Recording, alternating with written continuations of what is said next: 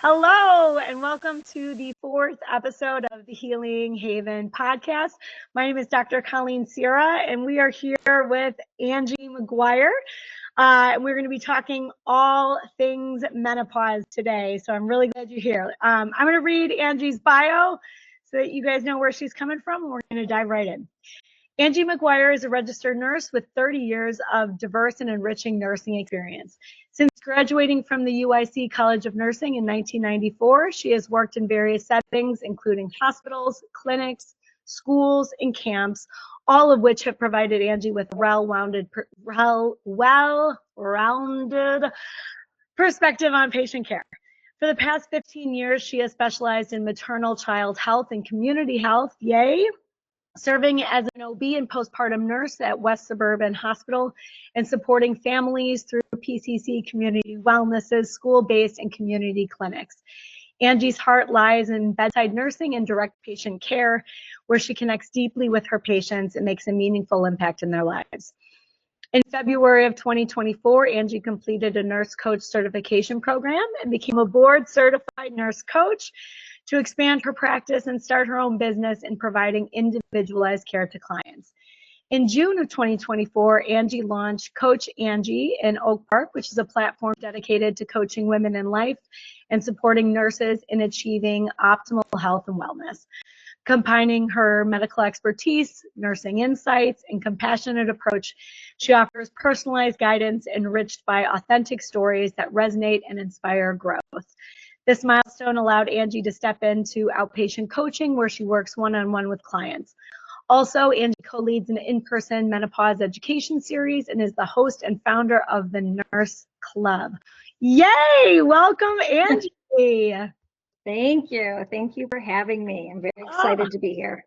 I'm so excited to talk to you. Menopause is like, it's funny because I hear on this podcast we embrace multiple truths, and there's one truth that menopause historically has been such a taboo subject to talk about, and the other newer truth is that menopause is all women of a certain age are talking about. The popularity has just taken off.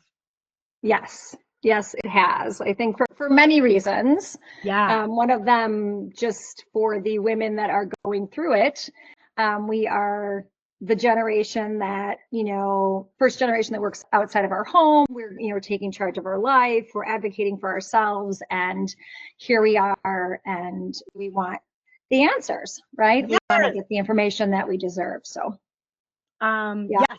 I love it. So you obviously have a lot of nursing background and professional experience. I'm curious about your journey that turned that into your new business that really focuses a lot, not just on nurses, but on women going through menopause.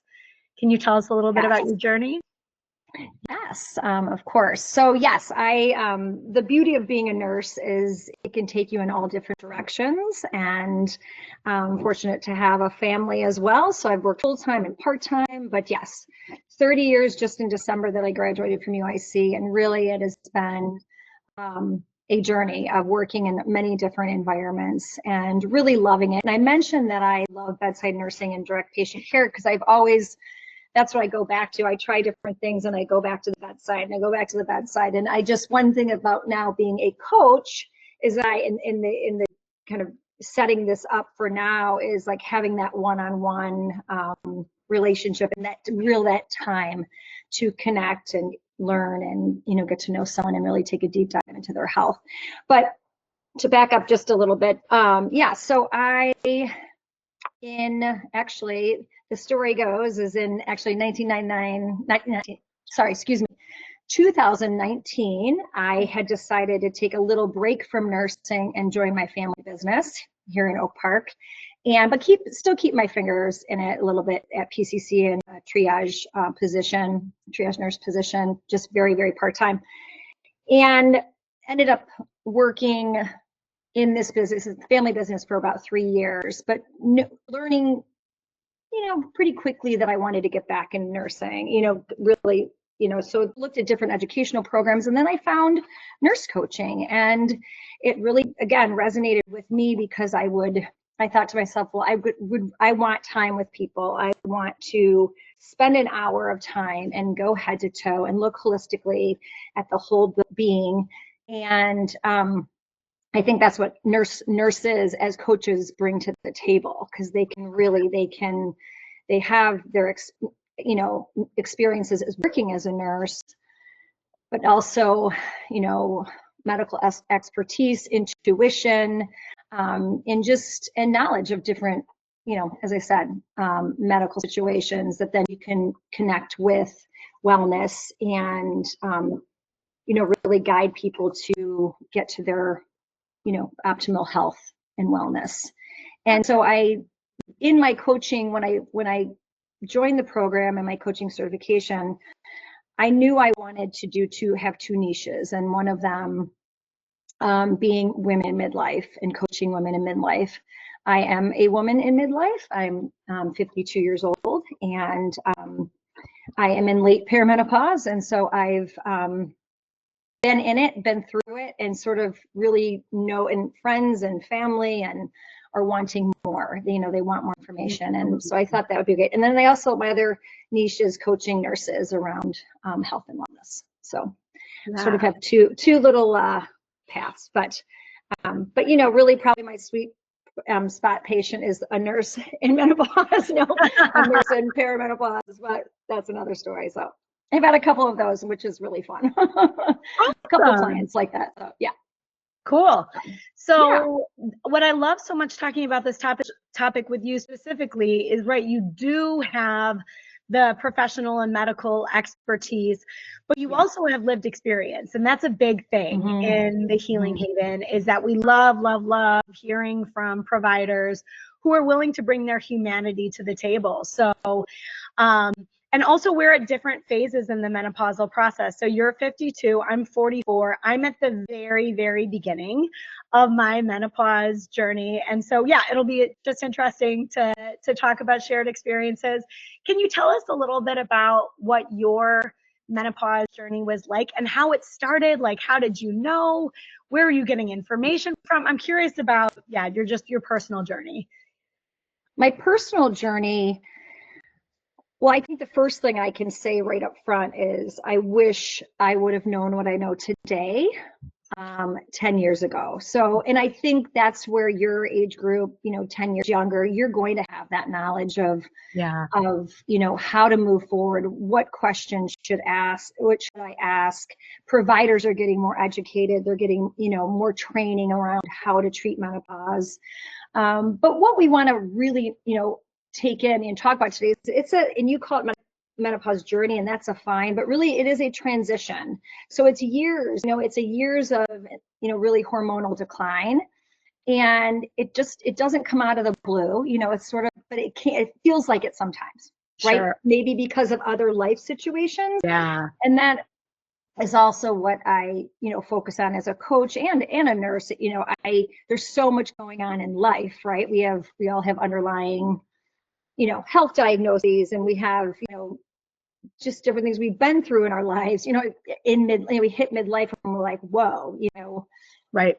What's going to happen next, but really, so to answer your question, I feel like a lot of it was unknown. I didn't really know why, and my menopause journey really would be, erratic periods, which, that's the first telltale sign that you're starting perimenopause. Like that, you go 24 days or you go 38 days and you're taking pregnancy tests, but you're not pregnant. And so that's really the telltale sign of that perimenopause it's before you and your hormones are declining. I'll be curious. I want to interject for the folks maybe more my age to say that Angie, you and I have talked about this privately, that we recognize that getting a period may not be the telltale sign for some younger folks, because IUDs are so much more prevalent. 100%. And they take away periods, which is the That's goal. Right. That's right. And it gets very confusing. Right. Yeah. But anyway, I just wanted to I know you know that. I just wanted to make sure our listeners know that. Okay. So for people not on an IUD, or who are taking more traditional oral contraceptives or aren't on any birth control, loss of a period Right. or erratic period is one of the telltale signs. Continue. Yeah. And again, we're talking average, just we're so individual, and like every diagnoses we should talk about, it is individual too, right? Any diagnoses. But, we can think about menopause and even compare it to how we went through pregnancy and how we went through puberty. So it's like, just remember your friend that had to go home because she had such severe cramping, she couldn't come to school. It's like, and you were like, I don't have any cramping. I mean, it's like you're the fellow friend that has never had a symptom or doesn't think they've ever had a symptom of perimenopause, menopause. And there are people out there. I mean, right. So that's that exists. So back to my my transition or my journey was really mood instability, I would say, but not knowing that it was related to my hormones, because I didn't really have severe PMS or premenstrual dysphoric disorder. I didn't have anything severe, and I did not have, through my pregnancies and being postpartum, certainly I had the blues, here and there, but nothing, severe that needed treatment. So I just never had that experience until really the last couple years, but I would say over the last 10 years, since I was about early 40s to now. I was not on a birth control, so that's very different too. People that are on oral contraceptives, their mood is going to be steadier, right? So I'm kind of jealous of those people now. Oh, I know, doesn't that sound so good? I'm like, steady mood. What is that like? Right. Yeah. So, I mean, again, we're all very different. We all, and this is all, we're hopefully having conversations with our providers. Unfortunately, I had great conversations, but I didn't really realize that it was my hormones declining. I thought maybe, it was life. I had teenagers. Sure. I have a 25, 23. A lot of challenges, doesn't it? And that's something that very much happens to women, right? They, there's so much going on, right? And can't pinpoint it. Yeah. And that's why, again, like having providers such as yourself and, and maybe even a team of people to help you through and to figure out what's going on. And it's, it takes time too. And that's another thing in our world today. We're fast paced, and we're not great at stopping and saying, okay, what's going on? Let's get this down on paper. Or, I mean, there's 100 million different apps that you can watch and follow things, but it takes time too, and attention, and sometimes stress, right? That causes stress for people. So, so I would say mostly, I'm sorry, go ahead. Oh yeah, I would say mood instability. And then really into this late perimenopause phase, I was like, I'm not doing this anymore. So I, really dug deep. And this happened to be when I was really digging deep into my own for coaching, and in the last couple of years learning about menopause and, taking, doing education. And so understanding it for my clients, but also understanding it for myself. So, and knowing what I wanted to talk to my provider about, like going in and advocating for myself. And you would think nurses were really good at that. And I think they are in general, but, I think in general, again, we advocate for our kids, we advocate for our parents, but here in midlife, we don't always advocate for ourselves because we're too busy, because we're focused on other people around us. So we forget about ourselves. Not everybody, but it's not uncommon. Yeah. Oh my gosh. So easy to do, especially for women, especially who are partnered or children. Like, just there's a lot of responsibilities always, but in midlife they sometimes multiply exponentially in terms of aging parents or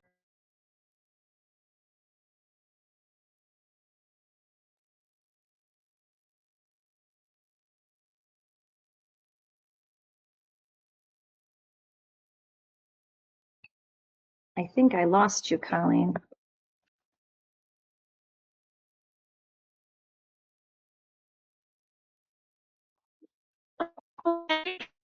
Oh, can you hear me? I can hear you now. Yes. Oh, okay. I'm so sorry about that. I don't know what's going on. That's okay. here we are. Okay.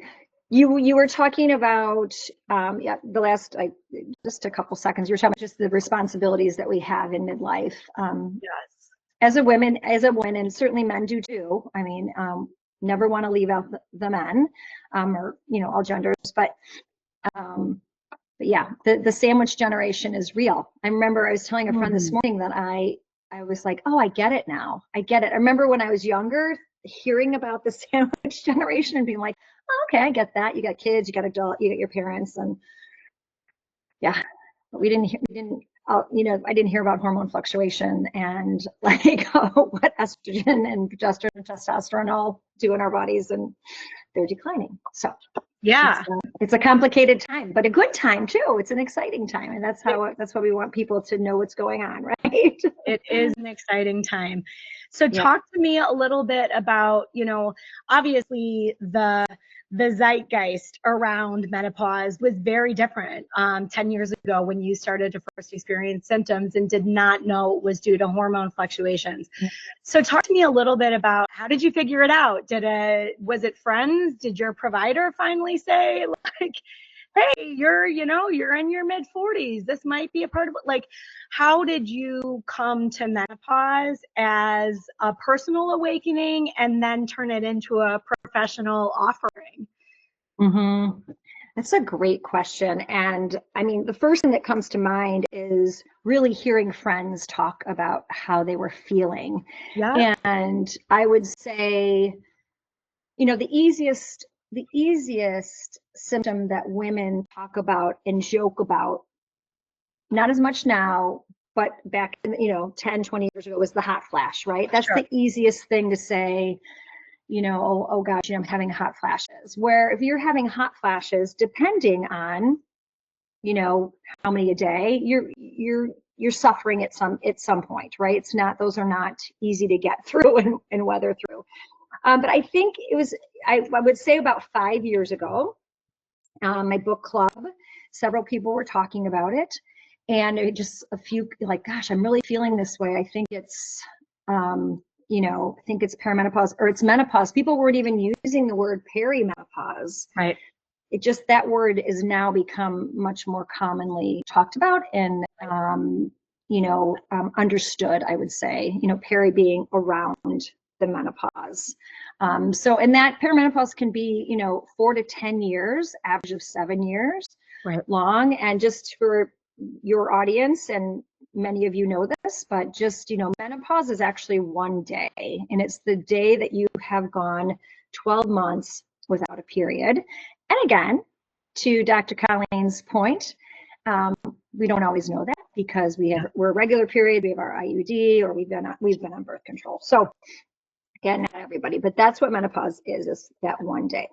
So few friends in the book club were like, gosh, I really want to learn more about this. And I was like, oh, I'll host the next book, being the nurse in the crowd, and thought, well, I'll do this. And I picked a book. Actually, I didn't want a science. I didn't really want a science. I didn't want a textbook to bring to book clubs. So I picked a book, Older and Wider. That's the one you just gave me. I am loving it, by the way. It's fantastic. I'm sorry, continue. Yeah. And she is a British comedian, and her name is Jenny. And we can link it to the site, but I have to get her name. Anyway, her name is Jenny. I can look it up, but we'll get that to you. But Older and Wider, and it's just an easy read. It breaks it down to different symptoms, different life situations, resilience, like where we are here in midlife, but also feeling like we don't feel like ourselves, where something's going on, but written in a very clever way. So I brought that to the book club, and at that point, these conversations this movement had not started. So this is probably 3 or 4 years ago. And I would say that was sort of the start of my, like, I want to learn more about this. And then with what changes were happening in my body, mostly, mood, I would say energy and attention for sure, changes.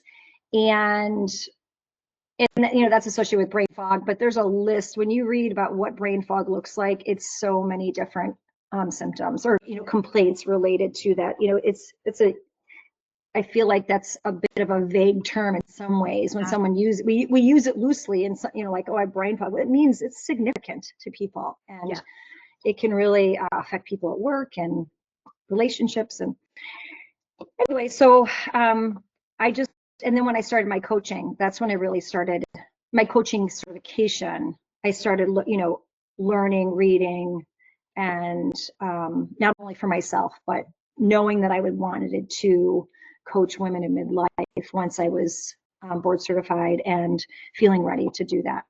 And so I joined the Menopause Society, which is a society of doctors that formed several years ago, but it's a society started by OBGYNs, and that they came out of ACOG. There were they have several different societies, but because of the attention, they wanted to bring attention to menopause. So it used to be called the North American Menopause Society, and then they just changed it to the Menopause Society. So part of that, and so just continuing learning.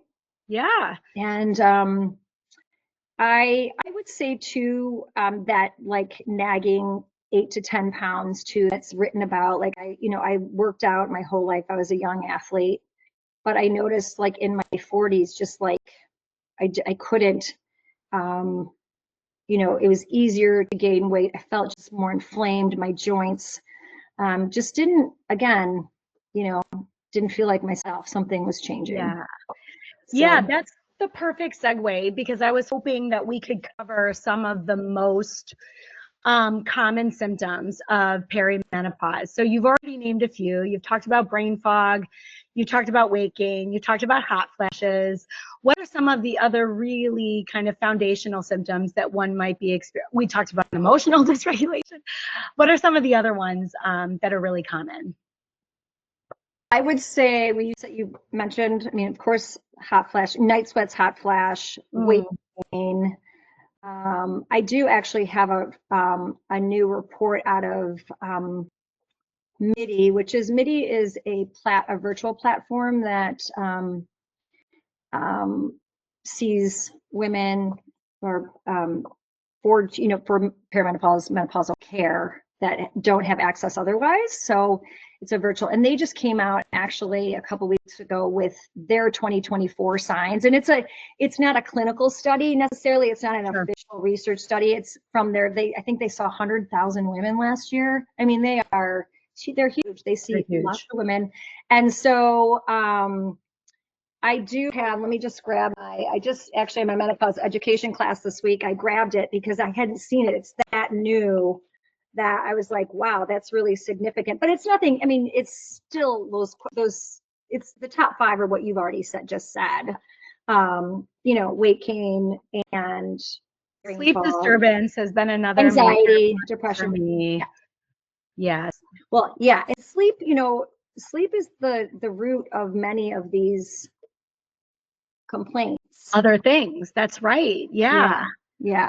And it's if you're having hot flashes and night sweats and you're waking up several times a night, you know, even just once can, you know, throw everything off, right? So, you know, I think sleep is what I try to, with my clients, really come in strong with. So, you know, look at, you know, sleep hygiene, which we can look anywhere. We can Google sleep hygiene, and we know the list by heart. Most women in their late 40s, because they're all searching how to sleep better. Yeah. And yeah, certainly, could it be your teenagers waking you up? Yes, but then you used to be able to go back to sleep, and now you can't. Or you trouble falling asleep. Insomnia is such. I mean, I've always struggled to fall asleep, but the insomnia lately is ratcheting it up in a significant way.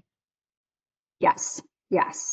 And, you know, again, I'm not a sleep expert by any means, but just, you know, we know that our circadian rhythms change, you know, with this hormonal decline. And so it's part of it, but then it's what life changes, what lifestyle modifications can you put into place to help you? You know, is it menopause, you know, hormone therapy? Is it reducing alcohol? Is it not drinking, that much water after 8 p.m. because you have to get up to urinate. That's not based on circadian rhythms, but there's just, our bodies are changing. And so there's different modifications that we have to put into place to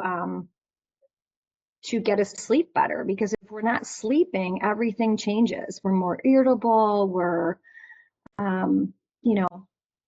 our cognitive, attention changes. I mean, all of that. We're more likely to experience stress, all sorts of things. Yeah. Mm-hmm. Absolutely. Yeah. If we could just like whip through a few of the other, dryness, I know is one. Oh, yeah. Really terrible for me. Like the insides of my ears itch. Yeah. It's wild. Yeah. So I created something called the pausal plan, which I do with my one-on-one clients. And then I also do my menopause education course, where I have listed like 25 things on this pausal plan, but there's up to, I read this morning, like some article, like 70 symptoms of perimenopause and menopause, so there's just, I think that's where it gets tricky, and it's vague, sure. Right? It's, we know if we're having hot flashes, oh, well, I'm, that must be meaning that I'm in perimenopause, but there's just so many other signs. So I'm just wanting to, unfortunately, I didn't put that list right in front of me, but let me just, we can talk about sleep while I can just read the long list if you want to, but we hit on the most common. If we could, go through that, even that basic list of 25, I think would be really helpful for people to kind of feel like seen and validated. Like, this isn't in my head. I'm not just crazy. Like, I don't just suddenly hate my family. Yeah.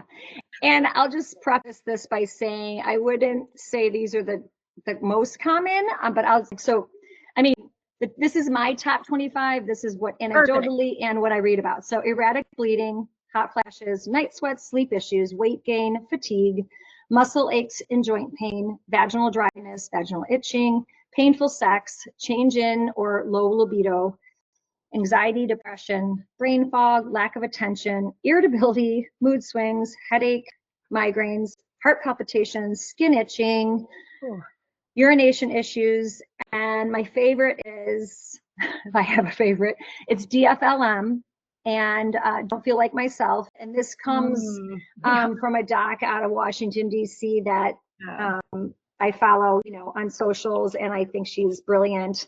She's a urologist, and she's like, DFLM, people come in and they just don't feel like themselves, and they can't pinpoint it. And so does there need to be a workup? But that just goes with the discussion of with your provider, looking at your age, if you know your last menstrual period, what other symptoms are you having?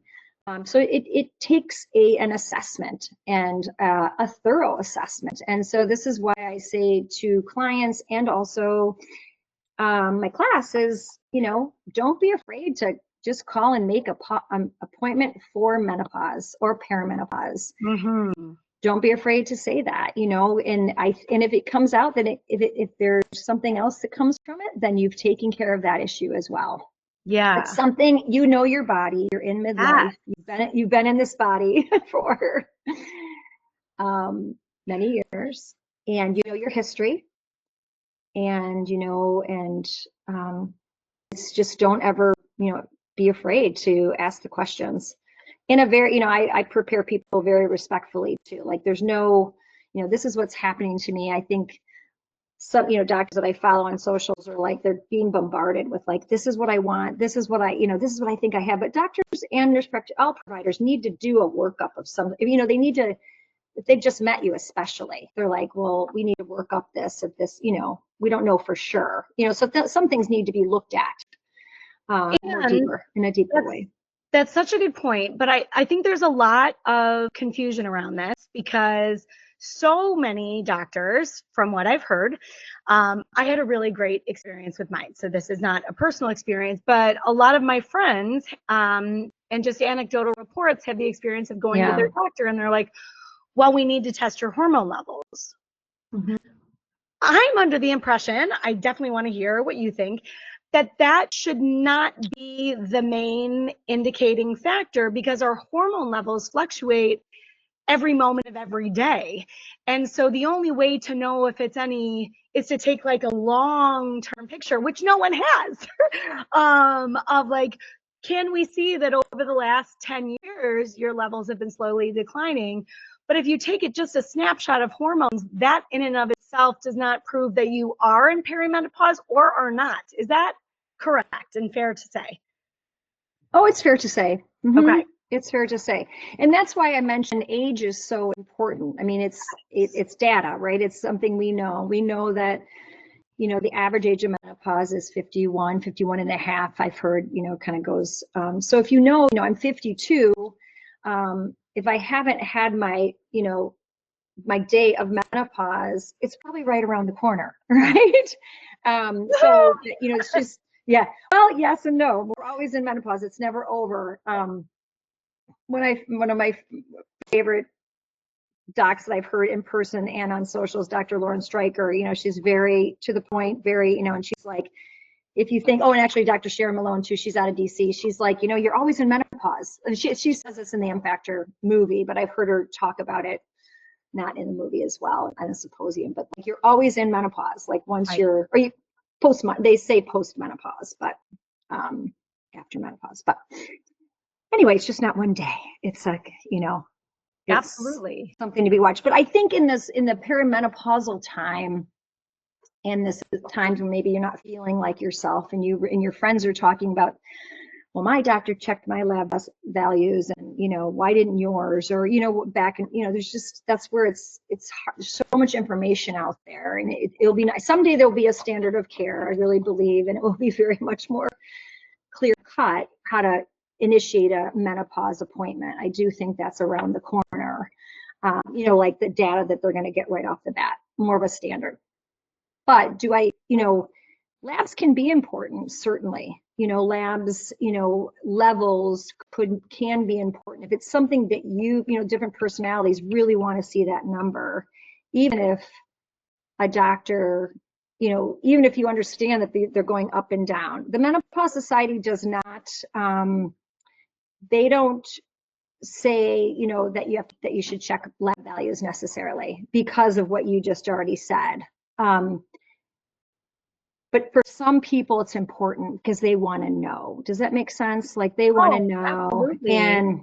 But I think in general, it's very hard to track because of that really chaotic, you know, hormonal fluctuation. So Yeah. the labs, you know, symptoms are very important, you know, and again, to have that follow up and like the discussion and follow up, and you know, it's again, it's a time of management. It's a time of change in our bodies, right? It's just like when I think about like puberty and pregnancy, it's the third P. It's natural, it's normal.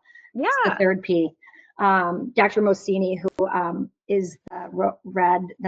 wrote the Menopause Brain. It's in her book. She talks about just more, you know, making that third P much more normal. It's natural, and let's learn about it, and let's go in head on and do what we need to do, and move forward. We're going to spend a third of our life, if we're lucky, Right. postmenopausal. So it's a really important time. It absolutely. And that could be a whole other thing that we go off on, that maybe we can save for a part two. But the reason why I want our listeners to have like the list of symptoms that you just gave, to know that their hormone levels do not define whether they are or are not in perimenopause, is because there does tend to be not an intentional gaslighting, but maybe sometimes, but there does tend to be women tend to experience a gaslighting of like, well, I'm in my 40s and I have all these symptoms, but their providers will not provide HRT. So can we get into hormone replacement therapy a little bit? And because I think there's a lot of misconceptions about maybe it causing cancer or starting too early. I would just love to hear your take on HRT. Yeah, sure. So again, I'm not a prescriber. I just want to put that out there. Absolutely. I'm not a prescriber, and I do right this second do not work in a clinical office, or but where I get my information from is the Menopause Society, and what they put out for educative purposes. And actually, I would say it's a really great website they have, as a member, they have provider information and education, but they also have patient education, and they call them Meno notes. So there's a lot of good information on that site. I just wanted to put that out there. We'll put all the listeners. Resources in the show notes for our listeners. Thank you for that. Yeah. So yes, this I feel like is the hot topic right now, right? And what I want to first say is, like, hormone replacement, you'll start to hear it called menopause hormone therapy too. They're sort of changing that because when we're treating menopause with hormones, that's the type of therapy. So MHT is what the experts are sort of putting out there, or just hormone therapy. So yeah. And so, in 2002, the WHI, well, in 1990, the study that sort of created this misconception or scare, the threat of all hormones, was a women's health initiative that was started in the late 90s. And it was actually a brilliant study, huge, big study for women. And we could do a whole, and again, like I feel like I'm always reading about this, but this could take a long time too. But there's what happened it was announced after, several years, that the arm that women that were taking estrogen and progesterone caused breast cancer. And it was, when it was released, it was in, it was big time media. And at that time, there wasn't social media, there wasn't emails, it was put out there to the world with not much explanation. Yes. And really what they've come up with, they've analyzed that data over the last 20 years, that and there's some big conclusions, and I would recommend a book called Estrogen Matters, that's written by Avram Blooming and Carol Tavris, and they actually just revised it and updated it in 2024 with these new sort of the evaluation they've looked at over the last 20 years. Yeah, and in the conclusion that estrogen does not cause breast cancer. The arm that continued after the estrogen progesterone arm that was stopped, the estrogen only women without a uterus that were just taking estrogen in this study, they have found that it actually has reduced the incidence of breast cancer. So, and again, I don't have this memorized from, but there's a lot of information out there. If again, this Estrogen Matters books, you can get into the book, and if you want all the science and details, it's in that book, and it's a really good book. I think every provider should read it too if you're working with women in midlife and menopause. So, but yes, the bottom line is that we've concluded that this study that was done all those years ago, that really changed the landscape for women experiencing menopause and their providers, where it was a no-go, it was bad news, it increased cancer, that has been debunked. That's the bottom line. Yes. Mm-hmm. I want to just pause there, because that's huge, and I don't think that that's well known. And I think it's scary for a lot of women. I've been in the research more, and I still felt scared when I talked to my provider about it. So that was just so important for people to hear. It is scary. I mean, it's scary to think about anything could lead to that, and we learned a lot from the Women's Health Initiative study. We learned about different types of hormones, synthetic versus bioidentical. We learned about this window of opportunity, like when to start treating, and there's a lot of discussion around that. Right now, the window of opportunity is 10 years post the day of your last period of menopause. So 10 years after menopause is sort of the window of opportunity to get the best effects, although now there's conversation too about, and research that, starting at perimenopause could also help prevent disease and, increase longevity. Oh, so good. there's I'm just, so glad you yeah, said that, because I've yeah, also read that there are huge and significant benefits for starting in perimenopause. And that's yeah. the research supports that as well. Yes, to my knowledge, but that's where the conversation, I think, where women in perimenopause are sort of hitting, that's where the education needs to be with the providers, and really it's, it's providers getting comfortable with this. And again, it's management. It's a just going on hormone, therapy isn't the answer to everything, right? So it's part of, I always feel like it's the tool. It's a tool in the toolbox for midlife, and certainly can help you feel better. But then, you hear stories that it didn't make someone feel good. So it's, again, very individual, and it needs to be managed and closely. Because once you start on hormones, often a doc might, or a nurse practitioner, whoever's managing your care, may want to check levels. I mean, certainly if you're on testosterone, but that's not, estrogen, they can check that too. So, Right. yeah, it's just, it's not just, there's something to be taken seriously, and, it's, and I think it's the medical world getting used to implementing that into women's care. And again, I mean, you'll hear every expert that I, listen to, learn from is, the time for appointments is limited, and it's very difficult to really understand where a woman's coming from in, 20 minutes, or, especially if you don't know them, especially if you're a new patient. But then you can make a physical appointment. There's ways to get there, but that's why you see these different, like, concierge, docs Yes. popping up, because they want time, and don't want to work with the health system anymore. I mean, excuse me, not the health system, the insurance. So, Yeah. that's not my world, but that's what I've, heard from them, following them and learning from them.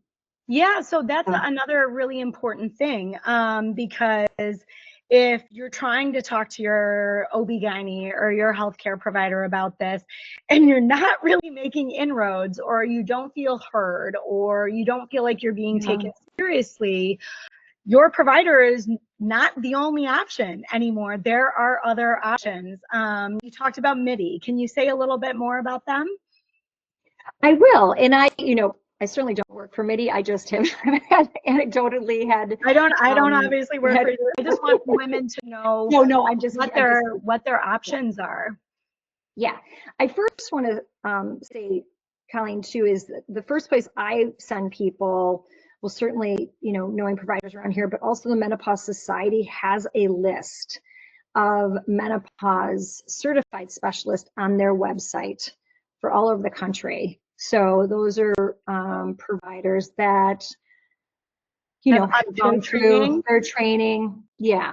Yep. Awesome. Midwives, OBGYNs, there's nurse practitioners. So they are specialists. They've, gone through, they've taken a test, and they are certified. So I send people there. And then also MIDI is one virtual platform.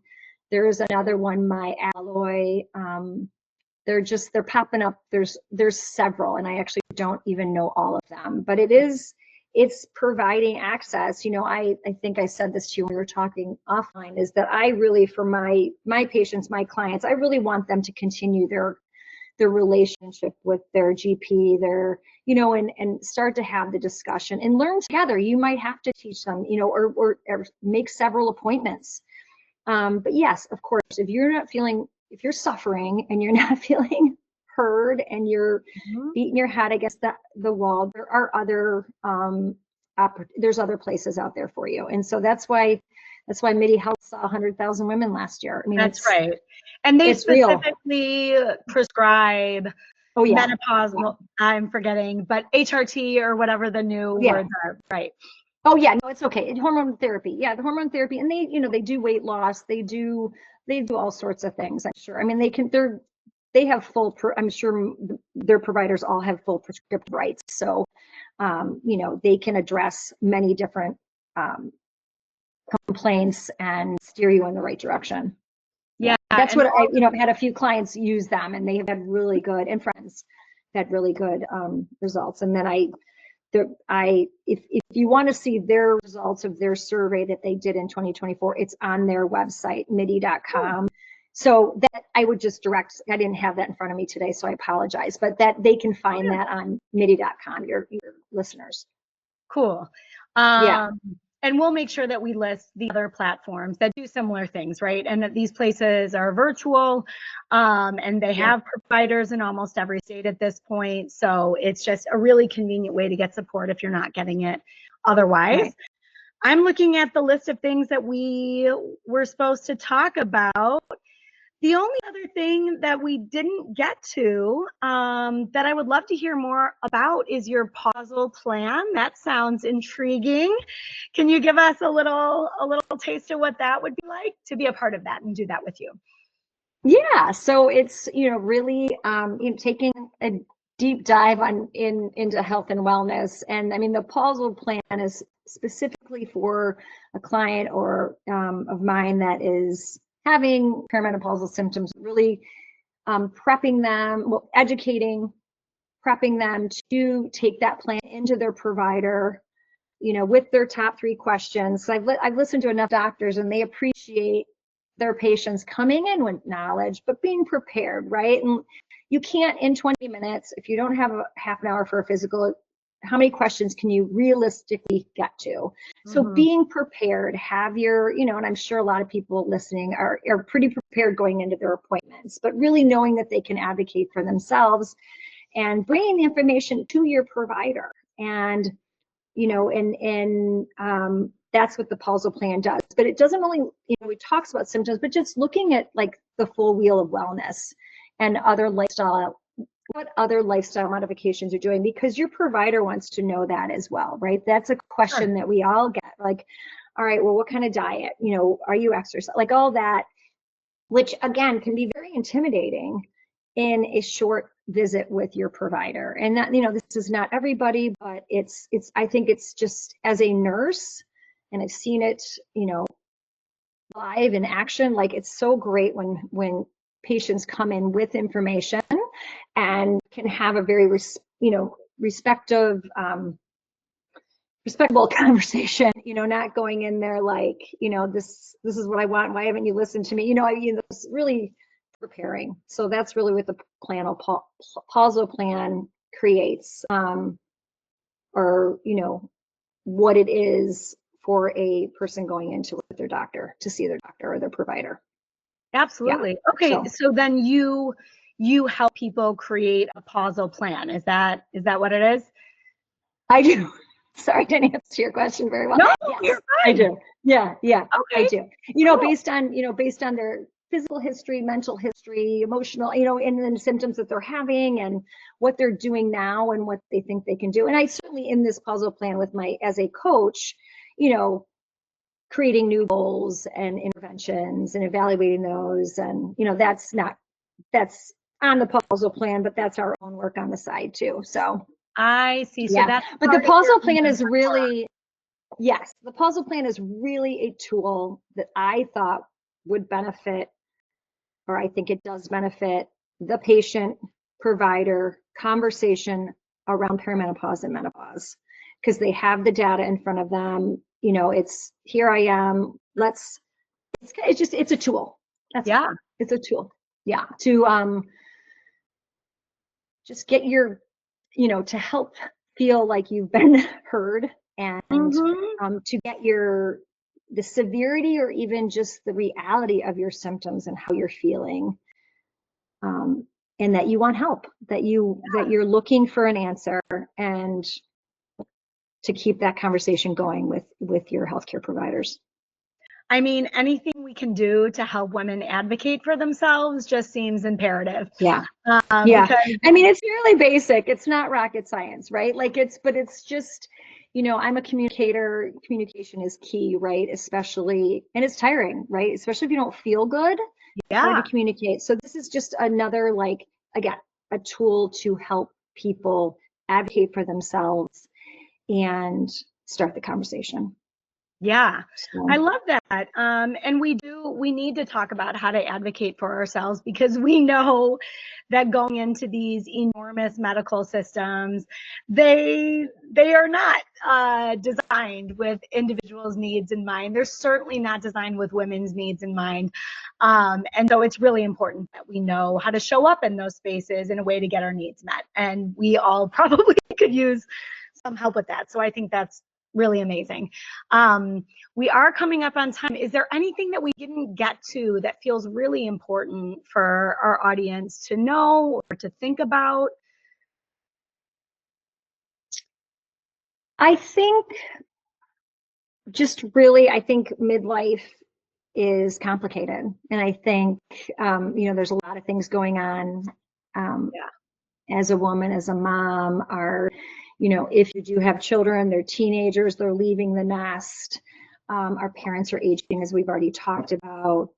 Our work is changing. And if we don't feel good, and we don't really know why we don't feel good, or something is, changed, listen to yourself before it gets, into the time where it's more critical, and or you're really suffering. And I mean, just take notice. It's real. It's real. What you're feeling is real. And providers don't always have an instant response, and you don't always want that anyway. You want the conversation, and you want to be validated. And so, and if you're not getting that from your provider, talk to your friends. Women, talk to one another. Please talk about this. Have the conversation amongst yourselves. Like, yeah, not everyone wants to talk about their vaginal dryness, but guess what? It's happening to all of us. It's real. So hello. It's real. But that's a really easy treat. But anyway, treatment, excuse me. But like, it just, you just start the conversation. And I think if we can do that together and advocate together and support one another, the next generation is we're going to benefit, and the next generation is going to benefit. Oh my gosh. From that. So much so that, yes, yeah. Talk about it.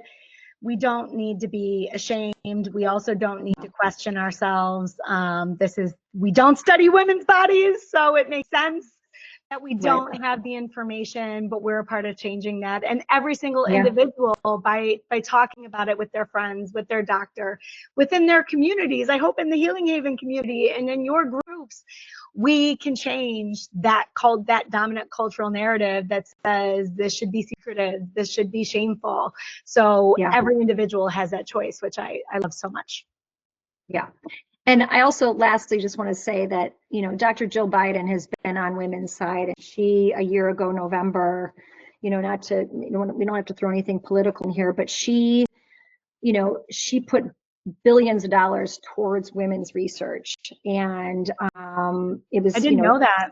signed by Joe, and is an executive order. So I think that those monies will move forward in menopause is a small amount of that monies, and then realizing that we haven't done the research. And so I think of her, I will always think of her as being, the women's health advocate, white,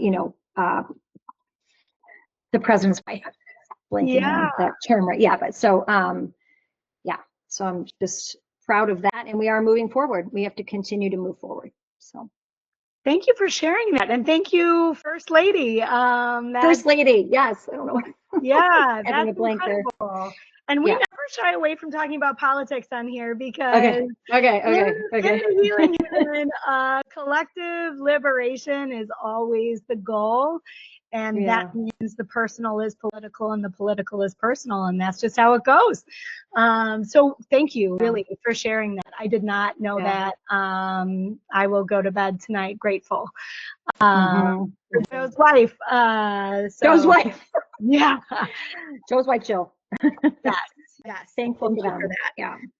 All right. Well, that brings us to time. Thank you so much for being here.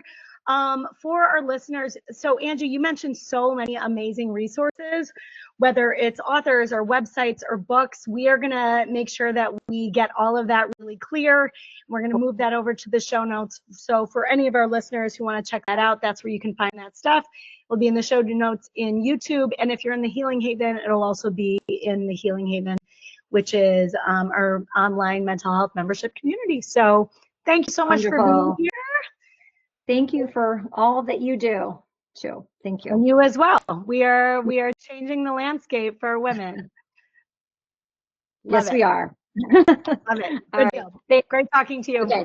You too. Take care. Bye. Thanks. Bye-bye.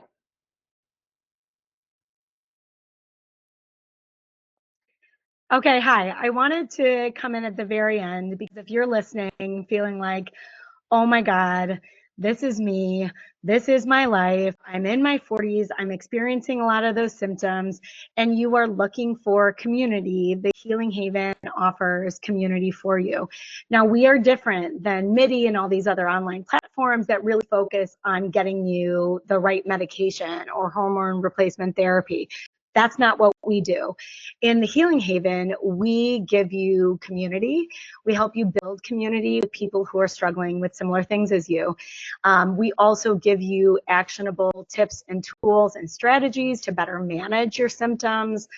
We're also going to bring in providers in real time who you can ask questions to. So if you don't love your provider, but you really want to ask some questions to someone who knows about menopause, we're going to bring in providers. We're going to bring in Angie again. So it's just really holistic support for women experiencing perimenopause.